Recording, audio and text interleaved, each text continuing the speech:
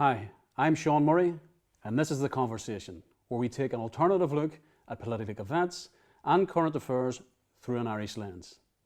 In this show, we hope to pick, probe, investigate, and uncover the stories that you want to hear. We go where mainstream won't go. From sordid headlines about British state broadcasters to scandals surrounding Ireland's own RTE, is the public losing faith in their official media mouthpieces? This week, we dissect the crisis in public service broadcasting and look at how independent journalism may well provide a solution. Before I introduce today's guests, we took the Conversation cameras to check the public's response to these latest scandals. After the latest scandal, there's no more confidence in RTE, and I just think the whole thing needs scrapped. Obviously there does mean to be a big shake-up because it's been dreadful what's happened. And a lot of people's faith in RTE has diminished.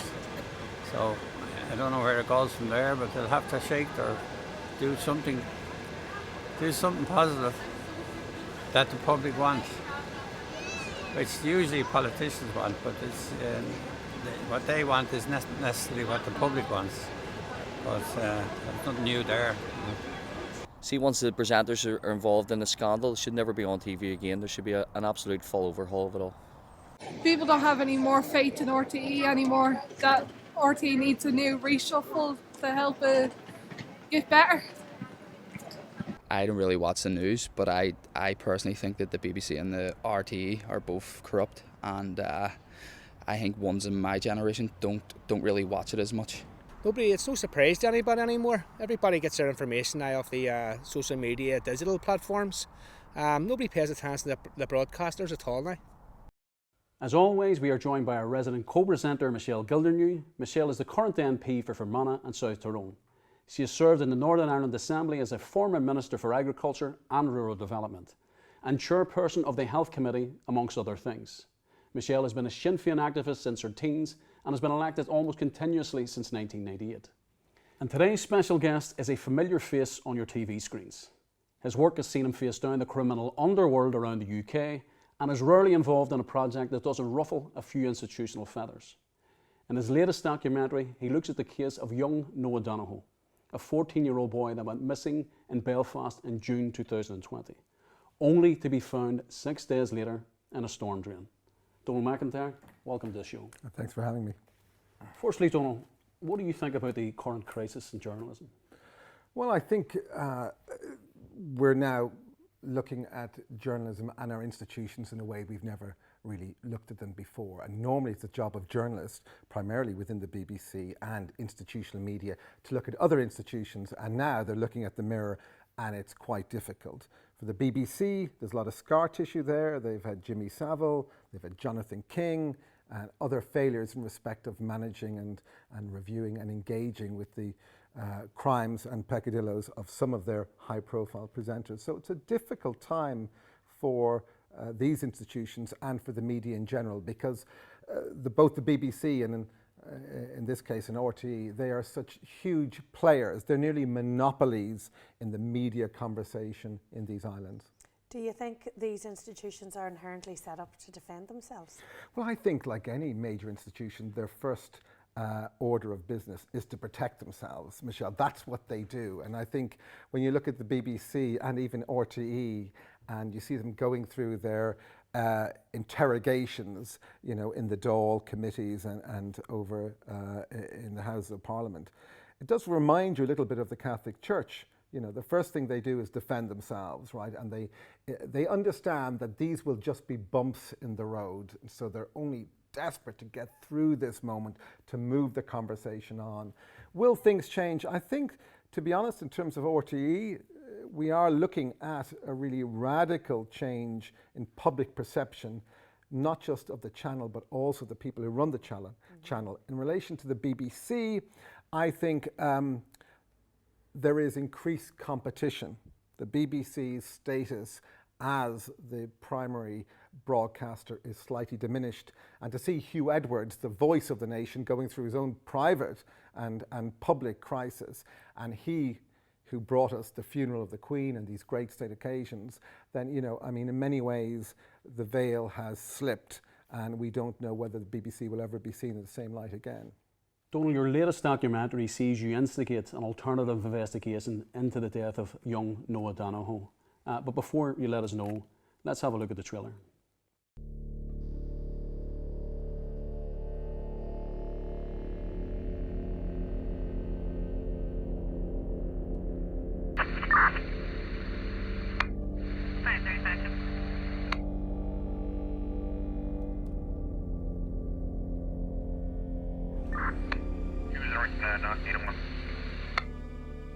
I never thought he wasn't going to come home, and I just think you can never, oh my God, to tell somebody that you love them is so important, because none of us can predict what's around the corner, and we all take it for granted. And I thought Noah was going to come home, but I'm so grateful that I got to say I love you and give him this hug. He was going with the intention to meet his friends and to have a day and come back again. So whatever took him off that route was something pretty serious. Unfortunately, I have some very sad news. While we have no official identification, we do believe it is the missing teenager, Noah Donahoe. It's one of the most traumatic, complex incidents that I've ever seen in my life, and I have experience of assisting families in their search for answers. Myself and my sister Neve, there's no way that we are stopping until we find out, we will not stop for Noah. I will accept the truth. Just give me the truth for Noah. He deserves it. Justice for Noah!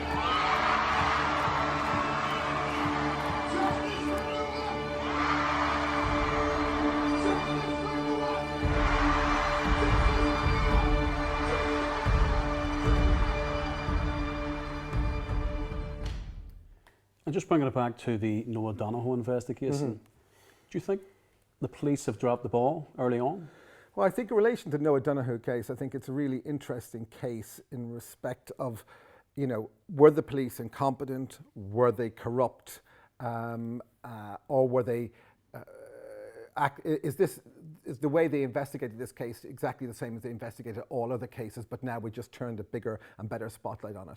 I think they've dropped the ball early on. I think, to be honest, that the Noah Donahoe investigation was sacrificed on the altar of the peace process. They were so concerned about, the silly season blowing up, the city blowing up in some kind of sectarian war over what happened to Noah, that they decided to bring a veil down it to such an extent that they declared no crime was committed here or at play here. This is 3 and 4 days before the body was actually found in very odd and controversial circumstances. And then mainstream media were pretty cautious around their reporting of Noah's case. Do you think they could have played a greater role, or where do they fit in? Well, I think the thing is with mainstream media, the journalists are all chit-chatting, and among themselves and among the PSNI, who they would fraternise with, of course they would do in the establishment, they're all saying there's nothing to see here.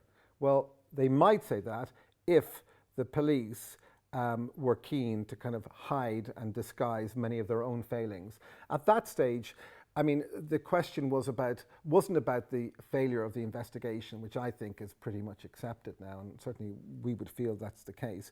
I think it was their failure to do the basics, and I think the journalists felt that everybody was looking for a sectarian outcome to blame somebody, and as an independent journalist, we're coming to this, we say, we're looking at questions here, right? Questions for the PSNI, questions for Northern Ireland society, but most of all, this is a beautiful young child who deserved a proper investigation, and the one thing we can say with certainty, he didn't get a proper investigation, and the PSNI and the institutions around it have not been transparent.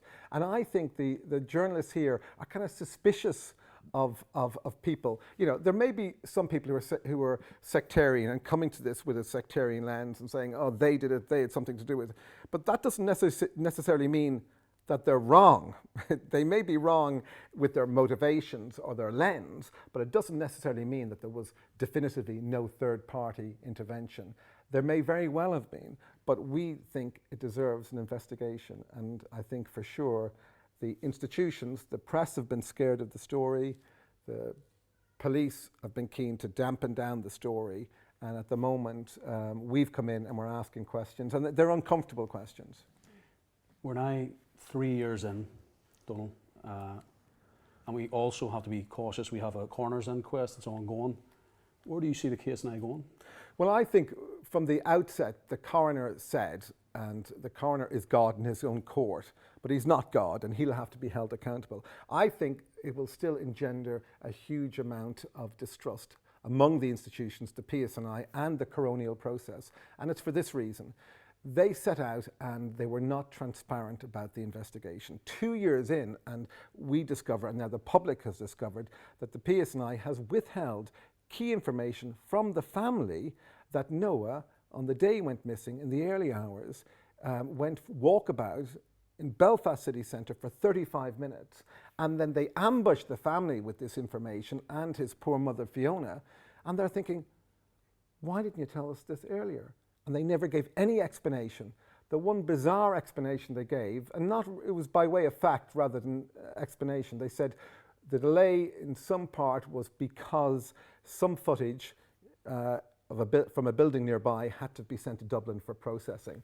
And that really does not add up to me, because obviously they had footage from Noah's own home, and they had that in the week Noah disappeared, and they could have asked questions of the public, a public appeal, because they knew while he was missing that he had gone walkabout.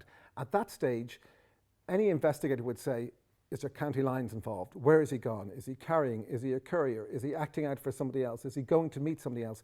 These are all the questions an investigator would ask. And the public they're built to help in these kind of appeals. And they weren't called upon. But I think the biggest sin, and I think it's a question for the coroner as well, is that why did they not inform the family earlier? The thing is, the coroner directs the police in this investigation. So, and the coroner said, I know everything. To give the coroner his due, it's very difficult for him, but it may come to arrest, an unsatisfactory arrest, in a verdict of misadventure. So, Donald, we've seen the failure of some of the state broadcasters. Do you think there's now a greater role for independent journalism given the recent scandals? Well, I think there has always been a need for independent journalism. I think only now do we really realise what kind of formidable institutions our state broadcasters are. And we also kind of no longer we can reflect that they're not that independent. They obviously are there to perpetuate and support the status quo, but it's so important to have alternative voices, particularly in highly contested political arenas. And we've seen the growth of social media and the citizen journalists, alternative voices. And I'm reminded the only requirement to be a journalist isn't to spell, isn't be able to write, isn't be able to kind of work auto cue. It is simply to declare yourself one and to be able to voice your opinion. And that's a wonderful thing about this profession, right? There is no degree, no doctorate, no specific vocational course that gives you a license. Declare yourself a journalist, give yourself an opinion, share that, and you're a journalist. Does it help if you're nosy? Well, you see, this is the thing about, they always say investigative journalists, and of course the whole point is to be curious, and I think that is, to be nosy, curious, interested in people. And I think there are so many different types of journalists. Some people are interested in writing about their passion. It could be needlepoint, it could be canoeing, it could be about changing the world, social work, or it could be, gangland stuff or politics. But I think those alternative voices, and no more so than, in Northern Ireland, where the media and the role of the media has been so contested and over decades, and so much censorship. But I think people only realise what this censorship is, and it's obviously it's immediately apparent to you if your voice is being censored, but to everybody else it's nearly invisible. And for the audience's sake, what can independent journalism do that these institutions can't? Well, they can ruffle feathers, they can talk to people, they can create controversy, they can poke and question. It reminds me of when you do sports journalism, and I used to do a lot of sports journalism, and Paul Kimmage, very famous Irish cyclist, I worked in the Tribune, and he was the first cyclist to what they called spit in the soup, which is tell the secrets of the peloton, the drug use and all of that stuff. And the problem was many of the cycling journalists, they understood what was going on, but like the relationship between crime journalists who were often too close to the police, the sports journalists were too close to the sports teams, so it wasn't in their interest to spoil the party. If you did stories contrary to the police or contrary to the sports teams, then your access is denied, your employment, your career is dependent upon that access. But being independent, we don't care. Our livelihoods are not dependent on relationships with police officers or institutions. We don't have to keep going back. We're outsiders, and we can start throwing questions like grenades to institutions, and we're very uncomfortable. And it's all about it's not particularly being brave, it's just not caring. And I think, it's being a lot older, and there were times when I might have cared or been bothered, but now, I'm out of a certain age, I'm experienced, lived a lot, so I don't really care if I upset somebody, if it's obviously for the right reason and journalistically sound. So with the current crisis then at RTE and the allegations of cronyism that we've heard, do you see that then as a golden opportunity for a complete revamp, for a more independent broadcaster to emerge? Well, I think the problem is that's not going to happen, because RTE is still such a powerful institution. I think what it means is that the apparatchiks, the management of that, the accountants who are running the ship, I think they were treating the presenters as the other. They were treating the presenters as the public kind of recognize the presenters. They think you're somebody special and different and should be revered and celebrated, rather than recognizing we're just normal people. So you had these people, and they were revering and felt that their presenters should be treated differently to everybody else. And you said, hold on a second. You have now, and the presenters themselves, have broken this bond of trust over money. And I think the one thing about Irish people is that they will prince or pauper, right? Now I know we live in a commercial society, but they want to engage with people on their real values. And if you're on a radio or on TV, they invite you into their living room, and they do so by choice because they recognize and believe in you. And when that veil is brought down and they realize, oh, you're just money grubbing, and you're saying you're taking a pay cut and you really haven't. And then we hear all these these excuses, and you're thinking, yeah, my little kid said the same thing with the chocolate on the face. I swear I never touched a chocolate cake. We're beyond that. And the audience is disappointed. And I think the audience in Ireland and the Republic are disappointed with RTE. Will it affect a bit of change? Well, they won't be doing this again. And will some change, but the institution by and large will still serve those who work in it, and will serve the managers, those who are the accountants. So taking that all in, and I'm thinking of young, ambitious journalists. So what you're saying is endeavour to become a pariah within broadcasting? No, I think just don't be afraid. There's always a line. I mean, the first thing is, be afraid to don't be afraid to ruffle feathers. Make noise. But I think you start off, learn your trade, and I think, there are lines you shouldn't cross, being offensive and cruel and unkind unnecessarily without asking firm questions. But it's also, I think, about being calm. And it's also, when you hear a really good lawyer, and a good lawyer with integrity, engaging with an adversary, they're polite but strong. You never mistake them for operating or asking questions from the other side, but they can do so politely and with respect. And so, in respect of the Noah Donahoe case, I can challenge the coroner's role and his actions and make him accountable without disrespecting him or disrespecting the institution. Our job as journalists is to be the irritant, to challenge, to provoke. That's our job, to ask the uncomfortable questions. And I think where you have a weak media, then you have a weak democracy. You're still tuned into The Conversation, your weekly alternative probe of political events and current affairs through an Irish lens. I'm joined by my co-host, Michelle Gildernew, alongside our special guest, investigative journalist and documentary maker, Donal MacIntyre. So Donal, how do we make these institutions more accountable? I think we make them much more permeable to kind of critical analysis and examination of their accounts and their practices. And I think that also means that the accounting companies who signed off on those practices have to be under much more scrutiny. And the problem is, it's some of the media at a certain level, and I've been part of this, right? They're very accommodating because they're looking at their job in RTE. Every newspaper reporter wants to work on TV. Every TV guy wants to have their newspaper column. So there's this kind of cross-fertilization, and that's problematic because you want there to be a bit of, salt in the eye, a bit of grist, a bit of confrontation, and a bit of frustration. I think the genie is now out of the bottle down in Dublin. They realise that actually the apparatchiks, the accountants, the accountancy companies can't be trusted to run the show the way it should be run. So I think it will improve, but I think the opportunity for other media, newspapers, columnists to hold RTE in particular to account, I think, and of course the Dáil Public Accounts Committee, I think they've got to just work a little bit harder. Yeah.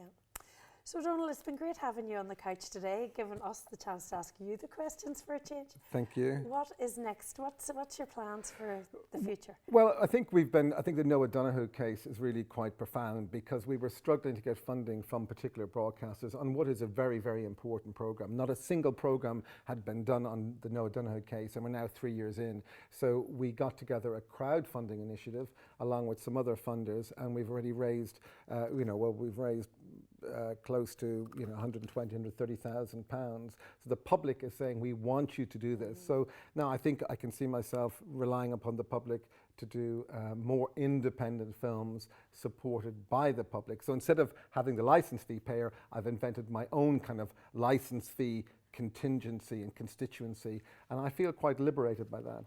It certainly gives you more freedom, doesn't it? Yeah, absolutely.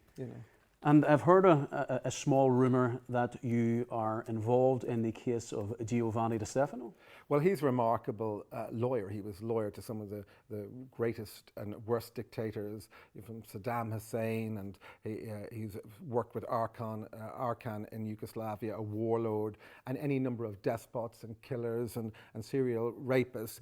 And he was proved to be a reasonably successful lawyer, although some of his clients were hanged, as he says himself. And then he got convicted, this Italian lawyer, he got convicted for masquerading as a lawyer because he didn't have the qualifications. So he's a remarkable figure.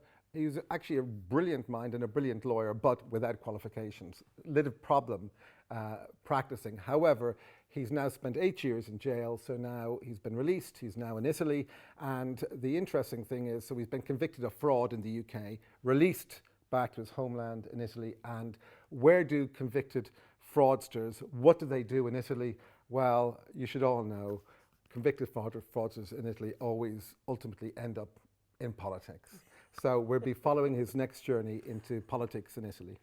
Well, I think Donal, we can all agree that we'd be looking forward to that one. Now, history is a constant source of debate and contention here in Ireland. And with the annual marching season and our recent rear view, it's a great opportunity to examine the Orange Order and the Drumcree standoff 25 years on. This summer marked 25 years since the infamous Drumcree standoff. In 1998, the newly established Parades Commission ruled the Orange Order should not march down Portadown's Garvaghey Road on the return leg of its annual march from Doncree Church. Over 2,000 police and British soldiers were deployed to enforce the decision. The standoff and subsequent violence that ensued illustrated to an international audience once again the fragility of the peace process that was in its infancy in the north of Ireland. The Orange Order, an institution founded in 1795 in order to maintain the Protestant ascendancy in Ireland since the plantations, had been using the route as part of its traditional march every year on the last Sunday before the 12th of July. However, over a number of years, the route had become contentious, with protests from residents living along the mainly Irish nationalist Garvaghey Road. During this period, there were a number of highly contentious parades that residents objected to due to the sectarian nature of the marchers, where banners of loyalist paramilitaries and anti-Catholic songs were deployed to intimidate nationalist communities. On the Lower Ormeau Road in Belfast, similar displays were commonplace. And as the marchers passed the spot where 5 local residents were gunned down by loyalist paramilitaries, only a number of years before, some felt the need to taunt the families of the dead. Incidents like these motivated residents to collectively organise and put an end to these yearly displays of triumphant sectarianism. In one of the most infamous incidents in the history of the conflict in the north of Ireland, 3 Catholic children, Richard Quinn, 11, and his brothers Mark, 9, and Jason, 8, were killed in an arson attack on their home in Ballymoney, County Antrim. Their deaths created widespread international revulsion.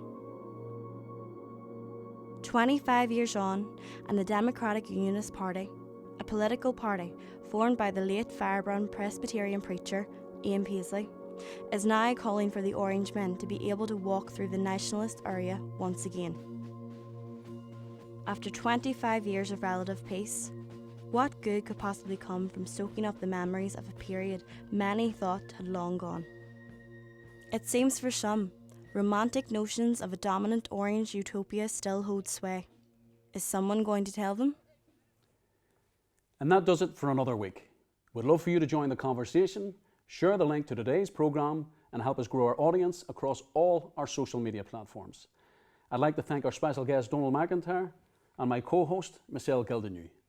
In the meantime, the conversation will be back next week with more investigations and analysis. I'm Sean Murray. Bye for now.